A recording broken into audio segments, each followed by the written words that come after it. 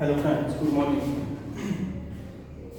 अपन atomic structure में discuss कर रहे थे कि अगर मैं किसी भी एलिमेंट एक्स से अल्फा पार्टिकल्स या बीटा पार्टिकल्स को रिलीज कराएं तो क्या चेंजेस आते हैं। और उसी सिलसिले में अपन ने डिस्कस किया कि अगर मैं किसी भी एलिमेंट एक्स से अगर तुम बीटा पार्टिकल्स को रिलीज कराते जाओगे कंटिन्यूअसली,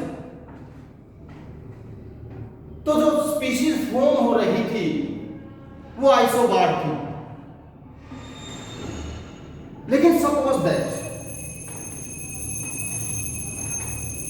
अपन ने कोई भी एग्जांपल लिया, कोई भी एलिमेंट जो एक्स है मेरे पास, और इस एक्स एलिमेंट से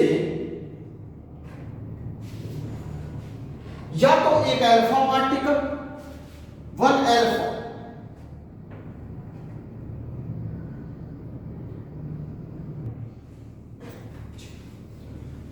किसी भी एलिमेंट एक्स से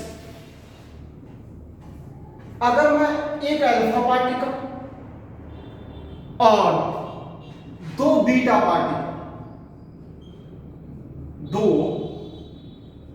बीटा पार्टिकल्स, सुनना बहुत ही ध्यान से, किसी भी एलिमेंट एक्स से जब एक अल्फा पार्टिकल और दो बीटा पार्टिकल्स रिलीज करा देंगे तो क्या चेंजेस आते हैं। सुन, इस एक्स से जब बीटा पार्टिकल्स को रिलीज करा तो अपन ने क्या बोल रखा है कि जब अल्फा पार्टिकल्स रिलीज होगा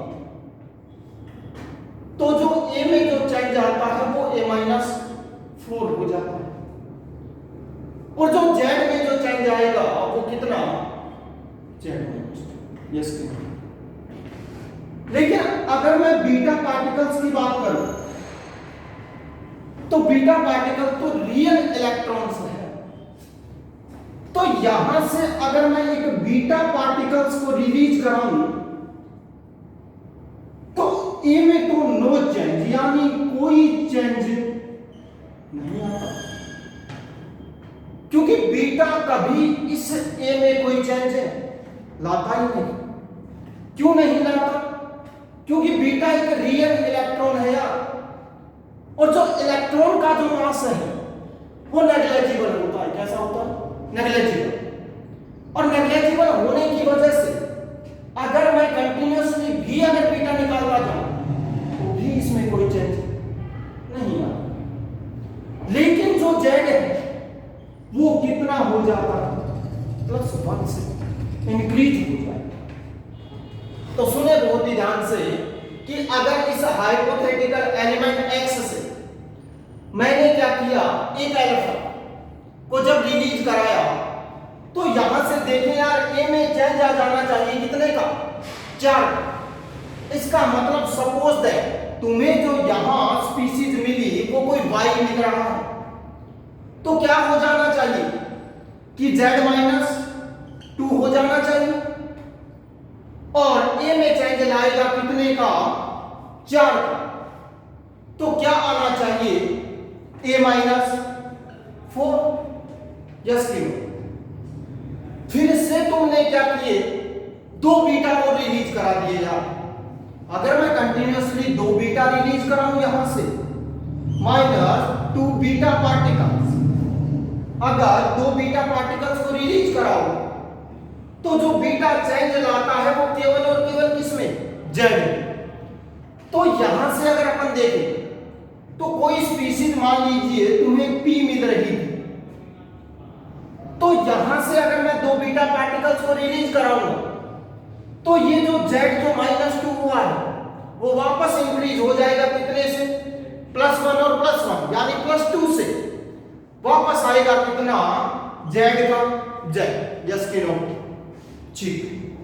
लेकिन ए में तो कोई चेंज नहीं आएगा, यानी ए का कितना बच गया वापस, A-4। तो एक चीज देखो ना यार, कि यहां भी जेड और यहां भी जेड कैसा सेम। तो अगर स्पीशीज का जेड सेम हो जाए तो अपन ने स्पीशीज को नाम दे रखा है क्या, आइसोटॉप। क्या नाम दिया, आइसोटॉप। यस कि नो। इसका मीन क्या है कि अगर तुम किसी भी एलिमेंट एक्स से एक अल्फा और 2 बीटा रिलीज करा दोगे तो फॉर्म हो जाएगा क्या, आइसोटॉप। यस कि नो, कोई दिक्कत नहीं। ठीक, तो लिखना कि when emission of 1 alpha and 2 beta particles from any element form isotope। ठीक, लिखिए।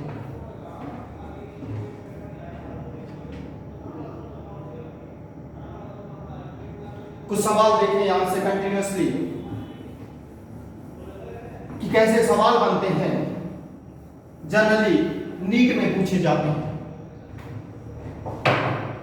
तुम्हें क्या सवाल देगा, कोई एग्जांपल दे रहा है, कोई चेंज दे रहा है और उस चेंज में तुम्हें पूछ सकता है कि कितने अल्फा पार्टिकल रिलीज हो रहे और कितने बीटा पार्टिकल्स। सुनना बहुत ही ध्यान से।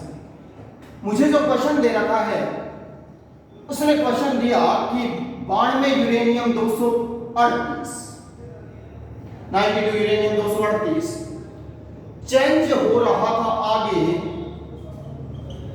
82 पीबी 206। ये कोई कन्वर्जन दिखाया है मुझे, और इस कन्वर्जन में कितने अल्फा पार्टिकल्स रिलीज हुए होंगे। अब एक कॉमन सी बात जो वो कहना चाह रहा है, उसने मुझे कहा कि मास्टर तूने यहां पर यूरेनियम ही क्यों लिया। तो मास्टर क्या कहता है, वो कहता है कि भैया यूरेनियम लेने का रीजन ये है कि ये रेडियो एक्टिव होता है। कैसा होता है, रेडियो एक्टिव। और रेडियो एक्टिव का मीन जो अपने आप ही क्या होता रहे, डीके होता रहे, टूटता रहे, ब्रेकडाउन होता रहे। इसका मतलब कि जैसे ही ये नेचर में अपने आप ब्रेकडाउन होगा, अल्फा भी रिलीज कराएगा, बीटा भी रिलीज कराएगा और गामा पार्टिकल्स भी रिलीज कराएगा। ये चेंज था। मुझे कैलकुलेशन करनी, calculate total number of alpha, beta और गामा पार्टिकल्स जो रिलीज हो रहे हैं इस चेंज। ठीक है, सुने बहुत ही ध्यान से। 2 स्टेप आते हैं क्वेश्चन में, मैं दोनों स्टेप यूज करूंगा कंटिन्यूअसली। जैसे मैं चल रहा हूं मैं जी जाना है क्योंकि टाइम को कंज्यूम करना है। सुनो, यहां से जब मैं यहां गया तो तुम एक चीज देखेंगे, यहां से यहां भी कुछ चेंज है और यहां से यहां भी कुछ चेंज है। लेकिन अगर मैं दोनों ही चेंज को कंसीडर कर लूं तो मैं ये बता ही नहीं पाता कि कहां अल्फा निकल रहा है कहां बीटा निकल रहा है। क्योंकि अगर मैं कुछ रिकैप करूं चीजें, तो मैंने तो ये सीख रखा है कि जो अल्फा जो होता है, सुनना बहुत ही ध्यान से, ये अल्फा ए में भी चेंज लाएगा और जेड में भी चेंज लाएगा। यस, लेकिन जो बीटा पार्टिकल्स हैं, जो बीटा पार्टिकल्स हैं, ये केवल और केवल चेंज लाता है किसमें, जेड। ए में कोई चेंज नहीं लाता। तो मैं क्या चीज करूं, यहां ये भी चेंज लाएगा और ये भी चेंज लाएगा। तो इन चीजों को मैं कंसीडर ही ना करूं, या मैं केवल चेंज देख लूं पहले किसमें, ए में। क्योंकि इस ए में जो चेंज लाएगा वो तो केवल और केवल कौन ला रहा है, अल्फा। तो अगर मुझे ये चेंज मिल जाए तो मुझे क्या मिल जाएगा, number of alpha particle. Yes, तो यहां से यहां अगर मैं चेंज देखूं तो अपन किसी भी चीज में जो चेंज बताते हैं, यानी चेंज इन ए, अगर मुझे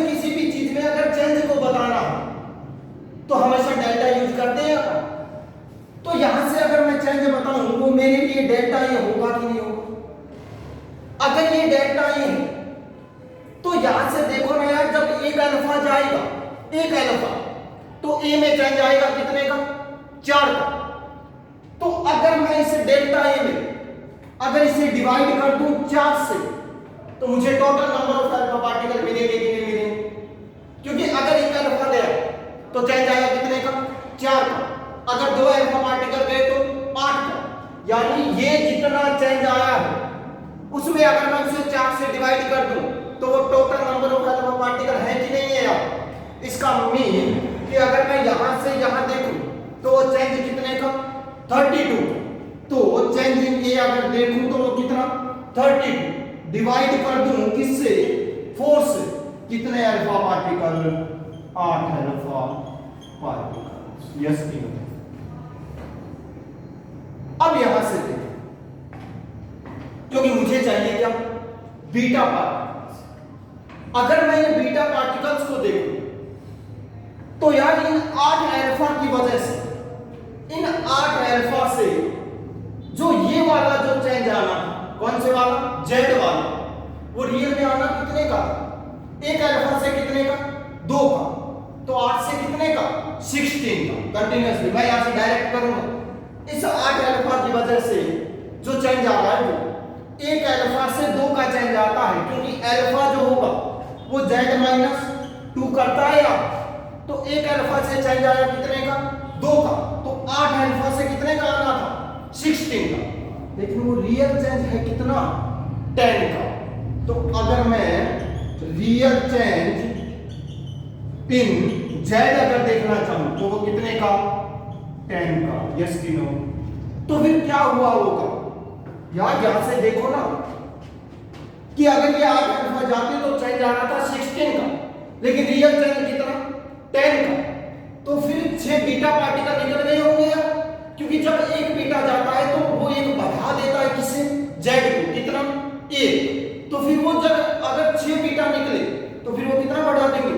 16। तो कहने का मीन कि भैया अगर रियल चेंज है 10 का, इस अल्फा की वजह से आना था कितने का? 16 का। तो फिर 6 क्या निकल गए होंगे? Beta particles. तो अगर मैं नंबर ऑफ बीटा पार्टिकल्स की बात करूं तो फिर वो कितने? 6। यस की नो? और वो तुमसे गामा पार्टिकल पूछता है। रियल में गामा जो होता है वो अल्फा प्लस बीटा होता है, यानी total number of alpha plus beta particle को अपन ने नाम दे रखा है क्या? Gamma particles. तो अगर मैं गामा पार्टिकल्स की बात करूं तो भैया गामा पार्टिकल्स क्या? 8 + 6 कितने? 40। यस की हो जाएगा? ठीक। अच्छा,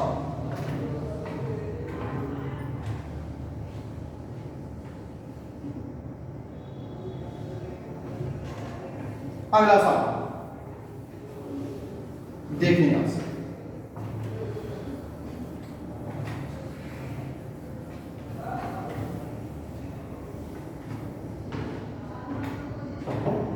चल नेक्स्ट जो तुम्हें सवाल दे रखा है वो क्या दिया कि 93 नेपच्यूनियम 237 और आगे बदल रहा था 83 बिस्मिल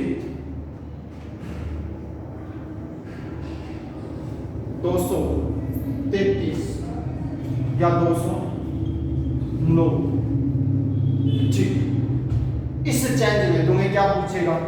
अल्फा, बीटा और गामा पार्टिकल्स। ठीक,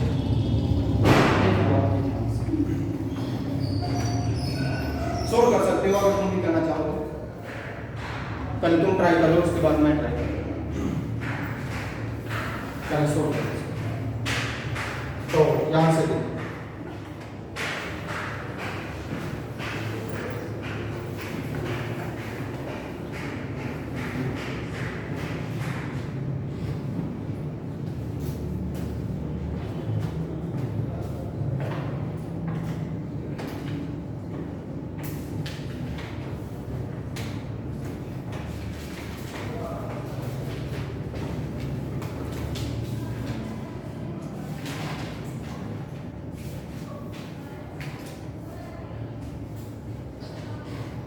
कुछ कन्वर्जन दे रखे हैं इसमें उसमें तुम्हें total number of alpha particles, beta particles और गामा पार्टिकल्स ये पूछना हो।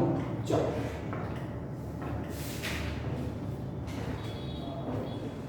तो पहले डेल्टा ए का डिफरेंस देखें, उसे 4 से डिवाइड करें, क्या मिल जाएगा? Total number of alpha particles. Real कमी को देखें, जो रियल कमी है जितनी आनी चाहिए और जितना तुम्हें मिला माइनस कर दो, क्या मिल जाएंगे? Beta particles. और दोनों को अगर तुम कंबाइन एडिशन कर दोगे तो तुम्हें क्या मिल जाता है? गामा। देख लेते हैं क्या। यहां से अगर मैं यहां जाऊं तो कुछ चेंज आया होगा किसमें? ए, यानी चेंज इन ए। जो ए में जो चेंज आया वो यहां से यहां कितना, यहां से यहां जब माइनस करेंगे तो ये आया 28 का। यस क्यों? अल्फा पार्टिकल 1 अल्फा की वजह से कितने का? 4 का। तो 28 कितने की वजह से आ सकता है? 7 अल्फा की वजह से। तो क्या किया जाए? यानी 7 अल्फा। तो कॉमन सी बात यहां से अल्फा पार्टिकल्स के लिए फॉर्मूला बन जाता है delta A by 4। Beta particles चाहिए तो भैया क्या करें कि जो बीटा जो पार्टिकल्स हैं क्या किया जाए कि इन 7 अल्फा की वजह से, इन 7 अल्फा की वजह से यहां चेंज आना था कितने का? 14 का, क्योंकि एक अल्फा से चेंज आता है कितने का? 2 का। तो 7 अल्फा की वजह से 14 का, लेकिन वो रियल चेंज है कितने का? 10 का। इसका मतलब 4 फिर से क्या निकल गए होंगे?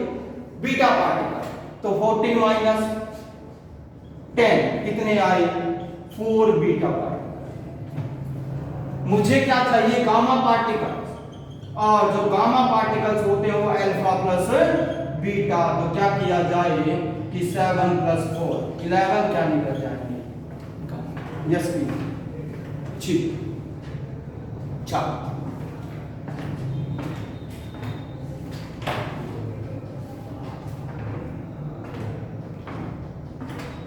अब एक चीज जो यहां ध्यान देने के लिए कि अपन ने इस चीज को ऐसे क्यों कर दिया यार, हर एक चीज का बहुत ही ऑथेंटिक रीजन मैं दे दूंगा। किस गामा पार्टिकल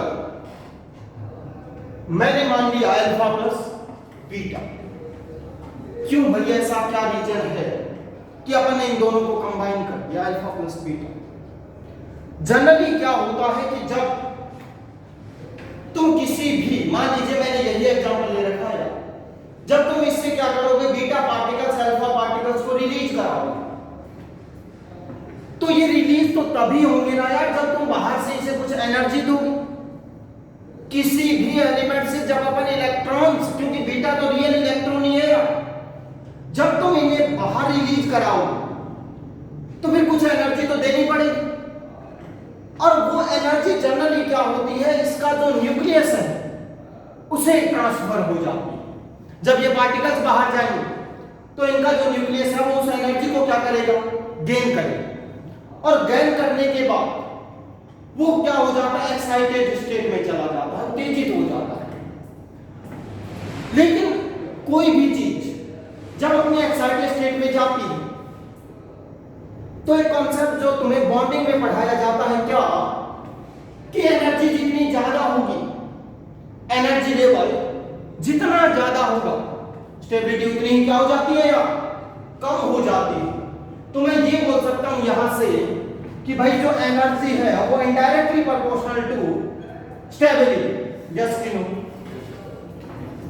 तो अगर तुम्हें स्टेबिलिटी को बढ़ाना है तो उस कंपाउंड का एनर्जी लेवल क्या होना चाहिए? बहुत कम। तो जैसे ही वो एनर्जी इस न्यूक्लियस को ट्रांसफर होगी, एनर्जी लेवल बढ़ेगा, जिससे न्यूक्लियस की स्टेबिलिटी क्या हो जाती है? कम हो जाती है। अगर वो स्टेबिलिटी कम हो गई तो एक्साइट होकर के चला जाता है कहां? अपनी एक्साइटेड स्टेट। लेकिन यहां पर आते ही वो क्या हो गया? अनस्टेबल हो गया यार। तो हर कोई चीज चाहती है कि वो कैसा हो जाए? स्टेबल होना। ब्रह्मांड की कोई भी चीज हमेशा ये चाहती है कि वो हमेशा स्टेबल रहे। तो अगर वो चीज स्टेबल होना चाहती है तो वापस क्या करेगा? उस एनर्जी लेवल को क्या करना चाहेगा? कम करना चाहेगा। और कैसे कम कर सकता है? जो एनर्जी इसने गेन की है उस एनर्जी को क्या कर दिया जाए, वापस बाहर रिलीज करा दिया जाए। तो जैसे ही ये उस एनर्जी को रिलीज करता है उसी टाइम क्या रिलीज होता है, एक गामा पार्टिकल। तो कहने का मीन कि gamma particle alpha plus beta का एडिशन है। क्यों? क्योंकि जैसे ही न्यूक्लियस एक्साइटेड स्टेट में जाएगा उसी एनर्जी को अपनी लोकल फेज में आते टाइम क्या करेगा, बाहर रिलीज करेगा। और वो एनर्जी किस फॉर्म में होगी, गामा पार्टिकल्स। यस की नो। दूसरी चीज, कई बार वो तुमसे सवाल पूछ लेता है कि ऐसे कौन से पार्टिकल्स हैं जो एक साथ रिलीज नहीं हो सकते, जो एक साथ रिलीज नहीं हो सकते। सुने बहुत ध्यान से, मुझे किसी भी पार्टिकल को एक साथ रिलीज करना है, एक साथ का मीन कि अल्फा और बीटा दोनों एक साथ निकल जाए, ऐसा तो हो नहीं सकता। या तो पहले अल्फा निकलेगा और या फिर पहले क्या निकलेगा, बीटा। लेकिन अगर गामा निकला, गामा अगर निकले तो गामा अगर निकला तो अल्फा प्लस बीटा दोनों निकलेंगे या, और अगर अल्फा प्लस बीटा दोनों एक साथ निकल गए तो फिर नाम दे दिया जाता है क्या, गामा पार्टिकल। तो इसका मीन क्या है, इसका मीन ये है कि अल्फा और बीटा दोनों एक साथ तो नहीं निकल सकते, या तो पहले अल्फा निकलेगा और या फिर पहले क्या निकलेगा, बीटा। लेकिन अगर वो दोनों एक साथ निकले तो नाम दे दिया क्या, गामा पार्टिकल। तो सवाल पूछा जाता है कि किन दो कणों का या किन दो पार्टिकल्स का, जो कहने का मीन कि किसी भी एलिमेंट से कौन से दो पार्टिकल एक साथ रिलीज नहीं हो सकते, तो अल्फा और बीटा नहीं हो सकते। क्योंकि अगर ये दोनों एक साथ हो गए तो नाम दे दिया क्या, गामा पार्टिकल। इनसे बाहर कोई सवाल नहीं हो सकता। ठीक, तो यहां से इन सवालों को थोड़ा सा ध्यान से सुनना। और एक जो अपन टर्मिनोलॉजी में ही देख रहे थे, लास्ट एंड फाइनल, फिर नया टॉपिक स्टार्ट करेंगे, प्लैंक थ्योरी। तो हेडिंग लिखना आइसोटॉन। आइसोटॉन जनरली नीट में यही नाम दिया जाता है, कोई नहीं देता आइसो न्यूट्रॉनिक। तो इस नाम को तुम चाहे ध्यान रखो या ना रखो, लेकिन इसे कंपल्सरी सुने बहुत ही ध्यान से कि क्या मीन है आइसोटॉन। इस वर्ड से अपन अगर देखना चाहें तो आइसो का मीन क्या, सेम, और न्यूट्रॉनिक का मीन नंबर ऑफ न्यूट्रॉन। यानी कि species have same number of neutron is known as isotone. कहने का मीन कि जिनमें न्यूट्रॉनों की संख्या या नंबर ऑफ न्यूट्रॉन क्या हो जाए, सेम हो जाए, स्पीशीज को नाम क्या दिया, आइसोटॉन। ठीक, यहां से नेक्स्ट आइडिया लिखना प्लैंक थ्योरी। यहां से ये मान कर चलना कि टॉपिक स्टार्ट हो जाता है। ये कुछ बेसिक्स था जो बीच में कहीं ना कहीं हमें काम। ठीक, तो हेडिंग लिखना प्लैंक थ्योरी, प्लैंक थ्योरी, और यहां से कंटिन्यू करेंगे। मिलते हैं। Thank you.